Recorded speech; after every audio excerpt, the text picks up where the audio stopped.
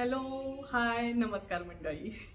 संक्रांत झाली की त्याच्यानंतर दुसऱ्या दिवशी येते ती किंक्रांत म्हणजेच करीचा दिवस. आज धिरडे केले जातात आणि धिरडे असे आवडीने खाल्ले जातात. कणकेचे, डाळीच्या पिठाचे, प्रत्येकाच्या घरी वेगवेगळ्या पद्धती असतात, त्यानुसार ते होत असतात. हां, तर मी आज गप्पा मारणार आहे तुमच्याशी बायकांचा अतिशय आवडता विषय, तो म्हणजे जिव्हाळ्याचा विषय, तो म्हणजे संक्रांतीचा हळदी कुंकू. जसं संक्रांत होते, संक्रांतीला सुगड पूजन करतात बऱ्याच घरोघरी. त्या सुगडामध्ये बोरं, आवळा, ऊस, अजून काय बरं, हरभरे, कापसाचं हे, गव्हाच्या ओंब्या, कारण काही जणांकडे गहू निघालेले असतात. तर असं सगळं काही त्या 5 सुगडांमध्ये हे केलं जातं आणि प्रत्येकीला ते सुगड हे दिलं जातं, असं ओटीच्या खाली घेऊन आणि असं दिलं जातं. तर सांगायचा उद्देश असा होता की संक्रांतीनंतर सगळ्यांना वेध लागतात ते म्हणजे हळदी कुंकाचे. तर संक्रांतीच्या दुसऱ्या दिवशी बऱ्याच जणी संक्रांतीच्या संध्याकाळीच हळदी कुंकू करतात, कारण शेवटी कसं असतं माहिती आहे का की सोय महत्वाची असते आणि लांब लांब घरं असतात. त्यामुळे संक्रांतीच्या दिवशीपासून हळदी कुंकू करायला सुरुवात केली जाते. आता बऱ्याच दिवसांपासून असं बायकांचा एक मतप्रवाह आहे की सवाष्ण बायकांनाच का फक्त हळदी कुंकाला बोलवायचं, तर सगळ्यांनाच बोलवायचं. माझ्या मते जी कोणी बाई आहे ना, तर त्या सगळ्यांनाच हळदी कुंकाला बोलवलं पाहिजे जर तुम्ही हळदी कुंकू करत असाल तर. आणि हळदी कुंकाला ज्या वाटणाऱ्या गोष्टी असतात ना, तर त्या प्लॅस्टिकच्या बऱ्याच जणी वाटतात. तर त्या प्लॅस्टिकच्या वस्तू न वाटता काहीतरी उपयोगी भाजी द्या, अगदी भाजी पाला, फळं द्या, तुम्हाला जे परवडेल ते द्या. कारण बायकांना छोट्या छोट्या गोष्टींचंही खूप अप्रूप असतं बरं का. तर एक कथा मी शॉर्ट फिल्म पाहिलेली होती चैत्र नावाची, आणि ती हळदी कुंकू या विषयावरती फिरणारी अशी कथा आहे. मुळातच हळदी कुंकू हा बायकांच्या अतिशय जिव्हाळ्याचा विषय. कारण हळदी कुंकू जे असतं ना, तर ते बायकांच्या सोशलायझिंगचं असा एक प्रकार असतो. त्यामुळे बायका एकमेकींच्याकडे जातात, भेटतात, गप्पा होतात, त्यातनं वेगवेगळे विषय एकमेकींच्याकडे पर्यंत पोहोचतात. त्यामध्ये साड्या, कपडे, दागिने याचे तर विषय असतातच, पण हिच्या घरी असं झालं, तिच्या घरी तसं झालं, असं सुद्धा बोललं जातं. त्यामुळे हळदी कुंकू हा बायकांना जोडणारा एक महत्वाचा दुवा असतो. त्यामुळे बायकांचे मन मोकळे होतात. मग तुम्हाला एक लक्षात आलंय का की आपल्याकडचे जे सण असतात ना, तर त्या सणांच्या मागे काहीतरी एक कन्सेप्ट असते. तर आता हा जानेवारी महिन्यामध्ये येणारा, साधारण 14 जानेवारीला येणारा संक्रांत हा सण आहे. तर तो ह्या जानेवारी म्हणजे ह्या ग्रेगोरियन कॅलेंडरनुसार पहिला सण आहे. आणि बऱ्याच जणांचं असं म्हणणं असतं की लग्न झाल्यावरती पहिला संक्रांत जर सण आला तर तो साजरा करू नये. प्रत्येक फॅमिलीच्या वेगवेगळ्या कथा असतात, त्यानुसार ते वागलं जातं. तर हे जे हळदी कुंकू असतात ना, तर हे बायकांचे सामाजिक मेळावे असतात असं म्हटलं तरी चालेल. तर कसं असायचं, पूर्वी पण घरं हे दूर दूर असायचे. बऱ्याच ठिकाणी तर शेतामध्ये घरं असायचे, गाव दुसरीकडे कुठेतरी असायचं. त्यामुळे मग ह्या ज्या बायका असायच्या, तर त्या शेतातल्या बायका गावातल्या बायकांकडे हळदी कुंकाला जायच्या, गावातल्या बायका शेतावरती हळदी कुंकाला त्या बायकांकडे जायच्या. तर अशा पद्धतीने बायका एकमेकींकडे जायच्या, एकमेकींशी सुखदुःख वाटायच्या. त्यांना एकमेकींच्याकडे जाणं आणि एकमेकींचे सुखदुःख वाटणं हे फार महत्वाचं आहे. त्यामुळेच बायकांच्या मनाच्या ज्या हे असतात ना, ज्या दुःखी भावना असतात, त्याचा निचरा होत राहतो. त्यामुळे एकमेकींना दुःख सांगून बायका कशा भडभड भडभड बोलतात, बडाबडा बोलतात आणि मोकळ्या होतात. तसं पुरुषांचं नसतं. पुरुष हे आतल्या आत भावना दाबून ठेवतात. त्यामुळे हे हळदी कुंकू जे असतात ना, त्याच्या मागचं योजन जे असतं, ते हळदी कुंकू करण्यामागची जी गोष्ट असते ही असते की बायकांनी एकमेकांशी भेटावं, बोलावं. म्हणूनच चैत्राचं पण हळदी कुंकू होतं. आणि ह्याच्यामध्ये मग बायका वेगवेगळ्या वाणाच्या वस्तू देतात. कारण बायकांची वृत्ती जी असते ना, म्हणजे मी पण त्या ह्याच्यातनं गेलेले आहे, तर बारीक बारीक गोष्टींचा आनंद बायकांना खूप होतो. त्या हळदी कुंकाच्या ज्या संक्रांतीच्या वाणाच्या वस्तू ज्या लुटल्या जातात ना, तर त्या छोट्या छोट्या हळदी कुंकाच्या डब्या असो, नाहीतर मग परड्या असो, गाळण्या असो, अगदी पोस्ट कार्ड. म्हणजे मी आईबरोबर लहानपणी जेव्हा हळदी कुंकाच्या याला जायचे ना कार्यक्रम, कार्यक्रमांना जायचे ना, तर तेव्हा कोणी आंतरदेशीय पत्र, पोस्ट कार्ड वगैरे या बायकांच्या जिव्हाळ्याच्या गोष्टी असतात. कारण हे सगळ्यांना लागायचंच. आता पोस्ट कार्ड आणि आंतरदेशीय पत्र म्हणजे इनलँड लेटर्स हे आता काळओघामध्ये जमा झालेले आहेत, कारण आता ईमेलचा जमाना आहे.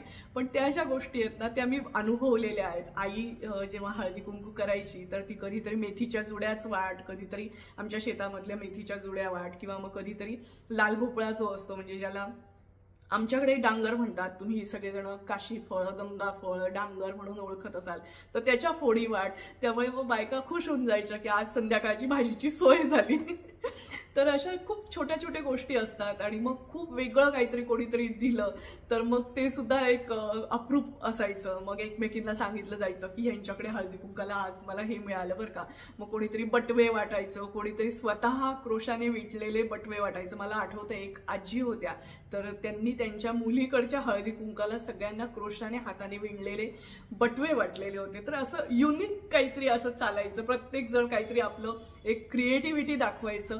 आणि आज जसा हळदी कुंकाचा तामझाम असतो ना तसा काही फार तामझाम नसायचा बरं का. म्हणजे मला तर असं माहिती आहे की असं ठरलेल्या दिवशी सुद्धा फार काही हळदी कुंकू नसायचं. आई मी शाळेतनं आले की मला सांगायची जा उद्या आपल्याला हळदी कुंकू करायचंय, जा गल्लीमध्ये सगळ्यांना सांगून ये. मग मी संध्याकाळभर पूर्ण गल्लीमध्ये जेवढे घरं असतील तर तेवढे सगळे नातेवाईक असो किंवा ओळखीचे असो, आईच्या मैत्रिणी असो, वाड्यातले लोक असो, अशा सगळ्यांना जवळपास गावाला आमंत्रण दिलं तरी चालेल. कारण माझं चांदवड हे गाव, आमच्याकडे आमचं घर जे होतं ते रंगमहालच्या समोर अगदी गावाच्या मधोमध होतं. मग तिथून वरचं गाव सुरू व्हायचं आमच्या घरापासून आणि तिथूनच खालचं गाव पण सुरू व्हायचं. त्यामुळे वरच्या गावाला एक दिवस, खालच्या गावाला एक दिवस असं करून आणि मी सगळे आमंत्रणं द्यायचे. आणि मग बायका यायला सुरुवात व्हायची. मग त्या दिवशी ज्या बायकांना यायला जमायचं नाही, ज्यांच्याकडे त्याच दिवशी हळदी कुंकू असायचं, मग त्या दुसऱ्या दिवशी यायच्या.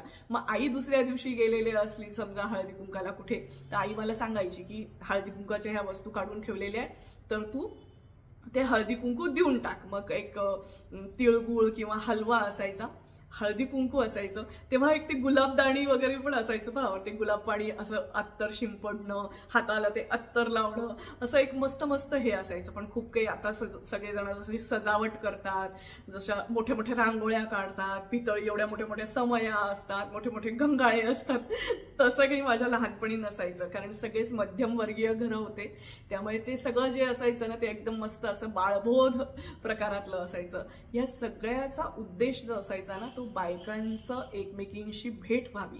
कारण लहान वयामध्ये लग्न व्हायचे मुलींचे आणि मग त्या मुली काही कारणाव्यतिरिक्त बाहेर काही कोणाचं जाणं व्हायचं नाही. मग हे हळदी कुंकाचं जे कारण असायचं ना तर त्या निमित्ताने मैत्रिणींकडे जाणं व्हायचं, त्या निमित्ताने नवीन ओळखी व्हायच्या, मुलींना मैत्रिणी मिळायच्या. कारण लहान वयात लग्न व्हायचे ना पूर्वीच्या काळी, तर मैत्रिणी मिळायच्या मुलींना. मग त्या गप्पा गोष्टी आणि मग त्यातनं यायचा तो उखाणा.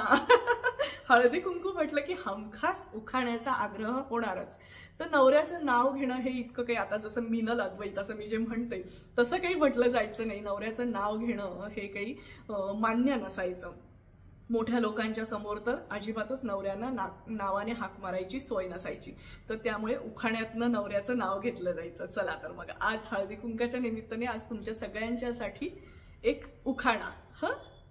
नाव घ्या केवढा हा गजर, नाव घ्या केवढा हा गजर, अद्वैतचं नाव घ्यायला मिनल नेहमीच हजर.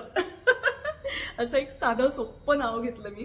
तुम्ही व्हिडिओ शेवटपर्यंत पहा, मी त्याच्यामध्ये तुम्हाला ही साडी दाखवलेली आहे. धन्यवाद सगळ्यांना. तुम्हाला सगळ्यांना पुन्हा एकदा हळदी कुंकाच्या आणि संक्रांतीच्या हार्दिक हार्दिक शुभेच्छा. थँक्यू.